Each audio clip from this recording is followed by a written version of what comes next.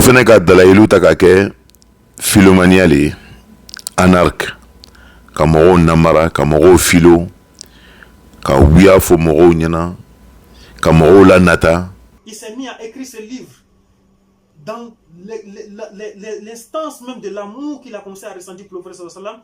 Il a commencé à écrire ce livre qui est composé que de prières sur le prophète Muhammad sallallahu alayhi wa sallam. Et lorsqu'il a fini d'écrire ce livre, il a appelé ce livre Dala'ilul Khairati. Toutes les vertus que l'être humain peut chercher dans cette vie, il dit que cela est résumé dans ce livre. Les gens lui ont demandé, mais pourquoi est-ce que tu as appelé ce livre comme ça? Il dit, lorsque j'ai fini d'écrire ce livre, j'ai encore revu le prophète sallallahu alayhi wa sallam en rêve qui me dit, oh Suleiman, sache qu'à partir d'aujourd'hui, tu as gagné mon amour. Et ce livre que tu as écrit, toute personne qui va le lire avec la façon dont il doit être lu, sache que cette personne aura al-Dala'ilul Khairati. Allahu Akbar. Voilà ce livre qui est un trésor de notre main. Mais combien sont les musulmans qui passent là-dessus sans savoir ce que c'est, qui le banalisent? Mais pour vous montrer la grandeur de ce livre aujourd'hui, je vais vous parler d'un grand secret concernant ce livre.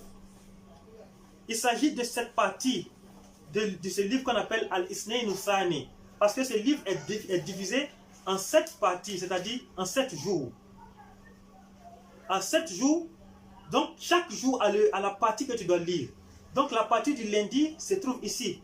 Al-Hizbul Thamin fi Yawmil Isnayni. C'est lui qu'on doit lire le jour du lundi, le deuxième lundi. Alors, cette partie commence par Allahumma ya dhal manni ladhi la yukafa imtinanuhu wa tawli ladhi la yujaza in'amuhu wa ihsanuhu nas'aluka bika. Et c'est cette partie-là qu'on prend jusqu'à la partie où il dit La ilaha illa anta Allahumma fatir as-samawati wal-ardi alim al-ghaybi wash-shahadati ar-rahman ar-rahim al-hayyul qayyum ad-dayyan al-hannan al-mannan al-ba'ith al-warith dhal jalali wal-ikram. Donc cette partie-là, c'est un grand secret. Cette partie-là en est la clé. Alors, ce secret que je vais vous révéler aujourd'hui, c'est le secret concernant cette partie. Il s'agit bien évidemment d'écrire cette partie au nombre de 70 fois. Mais l'écriture se fait le dimanche. L'écriture se fait le dimanche. On écrit cette partie 70 fois. Et on l'utilise avec une date. Une seule date qu'on appelle un tamr en arabe, c'est-à-dire la date qu'on mange. On met cette date-là dans l'eau qu'on aura fait pour recueillir l'écriture sur la doise. Et le zikr se fait aussi ce même dimanche à partir de minuit. Mais ce zikr se fait d'une manière. Et je ne peux pas donner tous les détails car c'est long à expliquer. Namara Donakola. Il est sigila réseau kan. Qui bina faïda di morouma. Il bina fo ka fo ko zikru do bi. Itena se ko fo. O korodle. Yon wele téléphone na. Mena war buku. Mini namara. Mena wiya funyena. Sinon dibana sigila kaban. Iba belle fo. Mais celui qui fait ses zikr pendant 7 jours, c'est-à-dire du dimanche jusqu'au samedi prochain, ça fera 7 jours.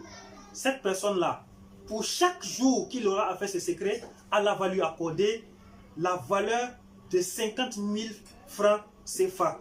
Je ne sais pas en autre monnaie, mais CFA, il aura ça. C'est-à-dire en une semaine, 7 jours, Allah lui accordera 350 000 francs.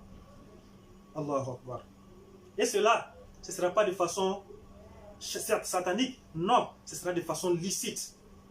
En effet, moi je m'étonne de certains guides spirituels qui errent encore dans la pauvreté. Je m'étonne que les musulmans vont jusqu'au point de mendier. Mais qu'est-ce que tu peux faire en mendier en laissant ton créateur qui t'a tout donné? Oben na ka on fo qui te kolona loka farandaya. Voilà ça obese ka kunfumbo la dum nyam kan. Chono ni ki dume ala kokan.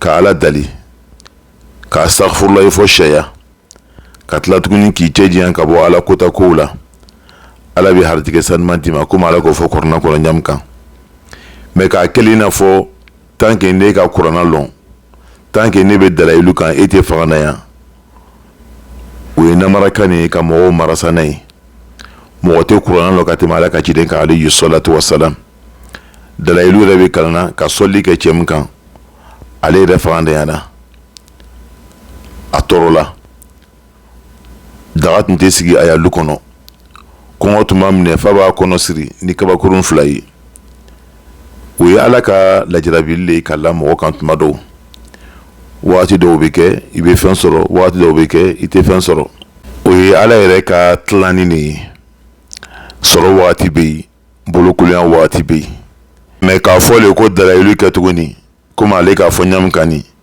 ko semaine n b'a lɔn ko tile i bɛ waga 10 sɔrɔ wallahi hali n'i ka dalayilu ta k'a ko k'a tereke k'a kɛ ji la k'a min wallahi n'i ma baara kɛ i t'a sɔrɔ o bɛ nin de fɔ même k'an to Afiriki an tun b'o le fɔ n ko arabu wari b'o bolo o ka kuranna lɔn i tɛ kuranna lɔn ka faganda yan wallahi a dɔw bɛ yen n'o k'i ta sɔrɔ o yɛrɛ ka kuranna ni fɛnw durusi o bɛ saba ka duwawuba k'i ye dalayilu tuguni n'an ka taa Faragbe la Indonésie jamana ninnu kan olu yɛrɛ b'a yele k'a fɔ ko dalayilu n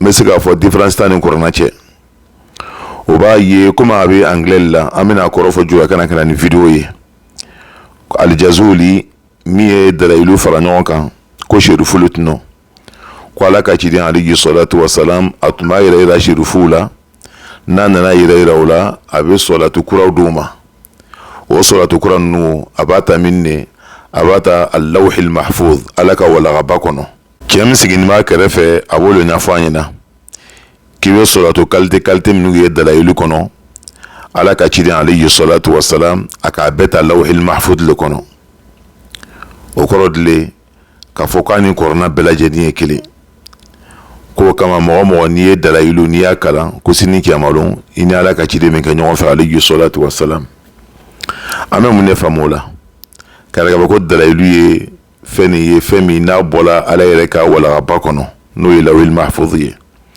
nka mɔgɔ n'i ye dalayilu kalan k'a daminɛ fɔlɔ f'a laban i bɛ sɔlatu minnu y'a kɔnɔ i bɛ kuma minnu y'a kɔnɔ n'a bilala sariya minɛn kɔnɔ n'a tɛ taa n'a ye ani i bɛ arabukan dɔw m'a kɔnɔ n'a fɔra ko ala ka ciden y'a fɔ alayhi salatu wasalam i yɛrɛ b'a lɔn k'a fɔ ko nin ma bɔ ala yɔrɔ. Yeah. How he compiled it? Compiled it every Habib, awliya, descendant of Rasulullah sallallahu alaihi wasallam, spirituality of Rasulullah sallallahu alaihi wasallam used to address him by a special salat wa salam directly from Rasulullah, not given even to the Sahaba, only to Ahlul Bayt. And he was collecting all these salat wa salam given to these habaib, to all these awliya, descendants of Rasulullah sallallahu alaihi wasallam, through Sayyidina al-Hasan, Sayyidina al-Hussein, to Sayyidina Ali, and he was authorized Sayyidina Imam al-Jazuli, every awliya habib, in which they, what he used to recite, address Rasulullah by salat wa salam, to put it in that day. And then he continued, compiled it by taking from them, but some of them passed away. So he was meeting their spirituality, and they were telling them. And sometimes Rasulullah ordering him, look at Lawh al-Mahfuz and take from there what written at that 24-hour salat wa salam on Rasulullah. And he put it in this book. And for this Rasulullah was approving this Dalal al-Khayrat to all awliya to Yawm al-Qiyamah, that anyone reciting every day by day, all of it will be presented to Rasulullah, and Rasulullah, he will be then making shafa'ah and upgrading the one who recited to be crowned by the greatest name of Allah Almighty, and also to be under the liwa of Rasulullah, liwa al-amr, and to be neighborhood to Rasulullah sallallahu alaihi wasallam, and to Allah Almighty fi maq'adi sidqin 'inda malikin muqtadir. Sayyidina Imam al-Jazuli, when he finished this, and it was by order of Rasulullah, come a little proudness on his heart that he did something never past awliya able to do it. And even now one of the Sahaba able to give it, to inherit it, because it was given to him from Sayyidina Ali radiallahu anhu. And so this proudness make him not to read the maqam which his wife reached. His wife was stuck to recite all the Dalal al-Khayrat every day, especially the Monday. It contained the greatest name of Allah Almighty. Ola amena video on kunche ni mie amala dalla mina min fo ala an bɛ sawaba ma an bɛ kuma fɔla kuma min tɛ fitina tigɛ kuma ye an tɛ kuma fɔla kuma min bɛ kɛ sababu ye ka mɔgɔw lagosi kitab dalailul khairat duwawu ɲɛnamaw b'a kɔnɔ nga fɛnw b'a kɔnɔ arabukan na at-tamatul kubra balawu kumaw b'a kɔnɔ minnu bɛ kɛ sababu ye ka mɔgɔ wɛrɛ bɔ dinɛ kɔnɔ min bɛ kɛ sababu ye ka mɔgɔ wɛrɛ ka akida tiɲɛ pewu o kama n'i ma ɲa kɔ kitabu nin i kana kalan kɛrɛkɛrɛ bolo ma ni mɔgɔ min bɛ yen n'i tɛ arabukan dɔn a sababuya kɛ a dɔ basa ninnu kuma dɔw b'a la dusukunnasiri dɔw b'a la min ni silamɛya tɛ taa n'i ma kalan i tɛ se k'a dɔn kitabu yɛrɛ kuma minnu bɛ fɔla kitabu yɛrɛ ma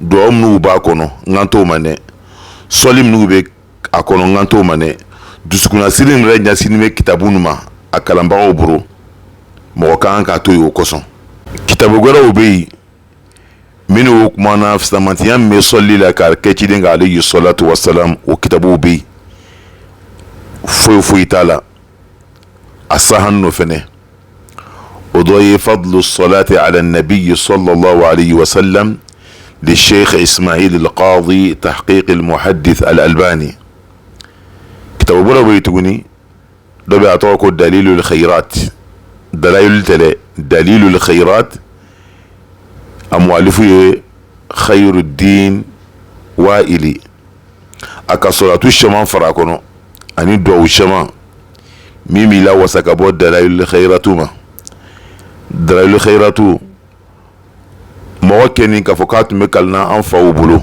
ani an ka karamɔgɔw bolo fɔlɔ kalan fanga tun ma bonya dɛ anw tɛ kalankɛla ye mais lɔnni kuma ni mɔgɔ min k'a fɔ ko docteur Mori ka kuma minnu fɔ nin ko sababa tɛ i fana bɛ bɔ i b'i ka video kɛ yɔrɔ minnu bɛ yen n'a fɔla ni sababa tɛ n'an filila la i b'a yira ka sababuya kɛ lɔnni kuma no an kɔni t'a fɔ k'an kalan no mais an ka min kalan k'a faamuya dalailu nusxa 10 ani kɔ la a filili ka ca ka tɛmɛ a sababa kan mais o t'a yɛrɛ k'a fɔ ko duwawu ɲɛnama t'a kɔnɔ o t'a yɛrɛ k'a fɔ fɛnɛ k'a fɔ ko salatu ɲɛnama t'a kɔnɔ